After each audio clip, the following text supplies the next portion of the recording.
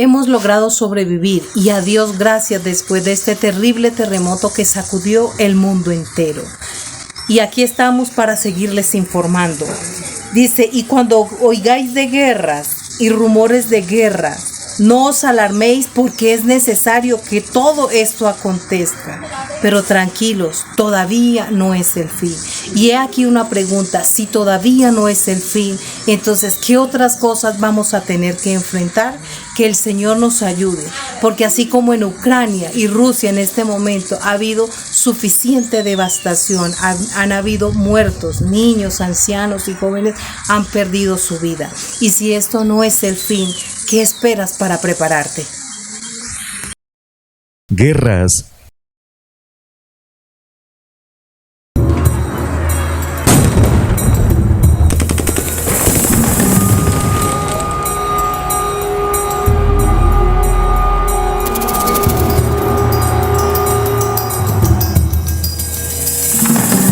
Decision has been made of a special military operation.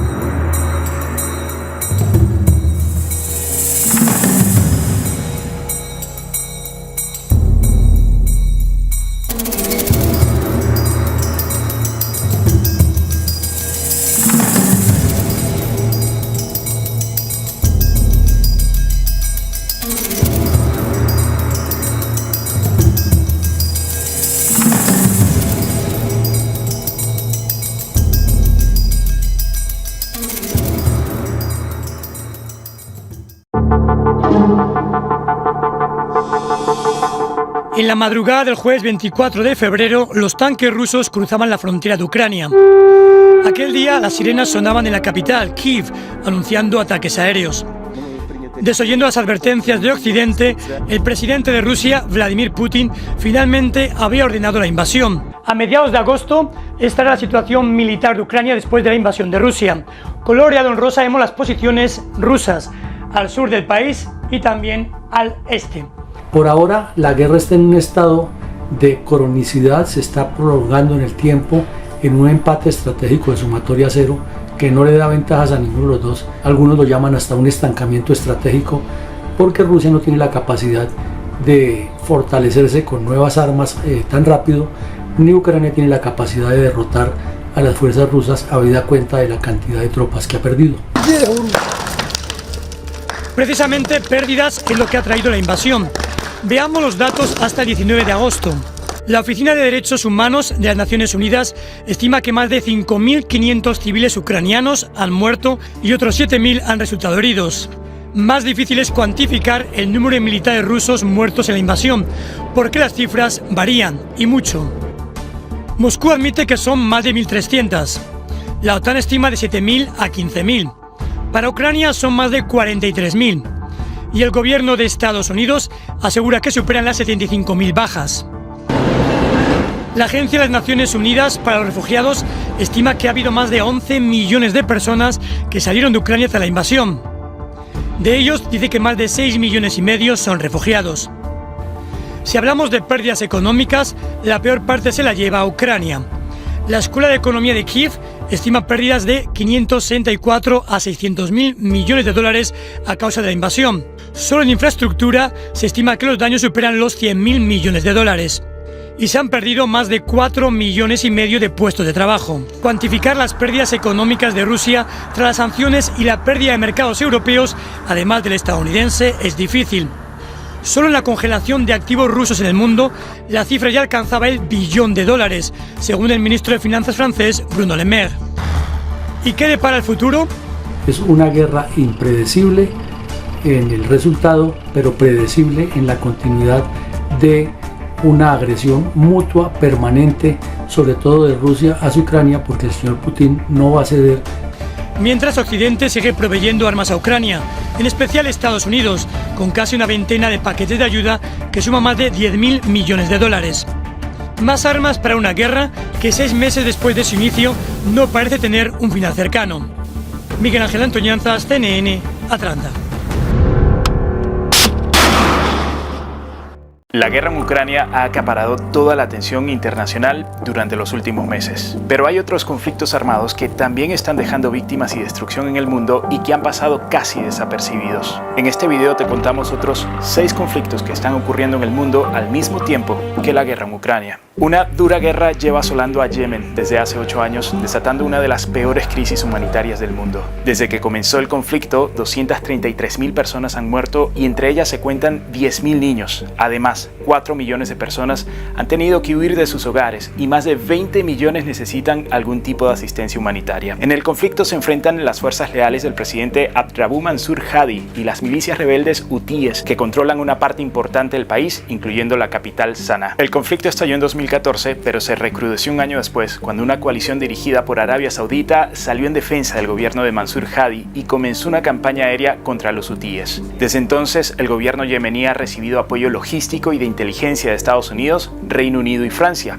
Por su parte, los hutíes reciben apoyo financiero y armamentístico de Irán, aunque este país no se implica activamente en esta guerra. Justo cruzando el Mar Rojo está el conflicto de Etiopía, el segundo país más poblado de África tras Nigeria. Etiopía tiene un sistema de gobierno federal, con 11 regiones controladas por diferentes grupos étnicos.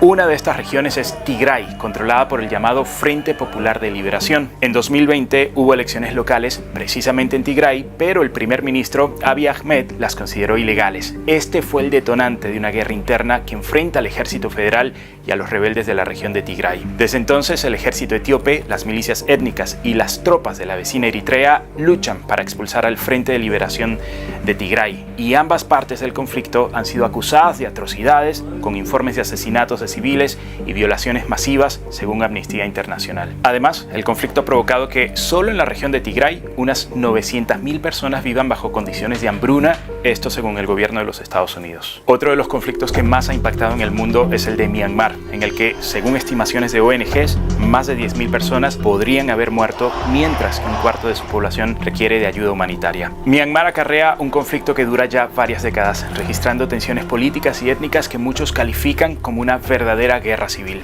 Aunque el país también ha tenido épocas de tregua, la violencia ha aumentado en el último año, desde que el 1 de febrero de 2021 el ejército dio un golpe de estado y tomó el control del país después de unas elecciones generales ganadas por amplio margen por el partido de la líder Aung San Suu Kyi. Tras el golpe, los activistas de la oposición formaron una campaña incitando a la desobediencia civil con huelgas y protestas masivas. Fue tal la reacción de los militares contra estos movimientos que la desobediencia civil se ha intensificado. Entre tanto, en Siria, la guerra lleva más de una década. En 2011, las protestas, inicialmente pacíficas contra el presidente Bashar al-Assad, se convirtieron en una guerra civil a gran escala. Este es un conflicto que ha involucrado a múltiples grupos rebeldes e incluso potencias internacionales como Rusia, Estados Unidos, Reino Unido y Francia. La guerra en Siria ha dejado más de 380.000 muertos y por encima de 200.000 desaparecidos. Además, más de la mitad de la población del país tuvo que abandonar sus casas, ya sea por desplazamiento interno o por buscar refugio en otro país. De hecho, este conflicto desató una de las mayores crisis migratorias en el mundo, con más de 6,5 millones de personas buscando refugio fuera de su país. Si Siria lleva inmersa en un conflicto más de una década, en Afganistán se cumplen ya más de 20 años desde la invasión de Estados Unidos. Tras los ataques del 11 de septiembre de 2001, Estados Unidos invadió Afganistán como parte de la guerra contra el terrorismo y la búsqueda de Osama Bin Laden. Pero tras 2 décadas décadas de intensos combates y miles de muertos, los talibanes volvieron al poder en agosto de 2021, tras la retirada de Estados Unidos, que fue criticada por la forma abrupta en la que se realizó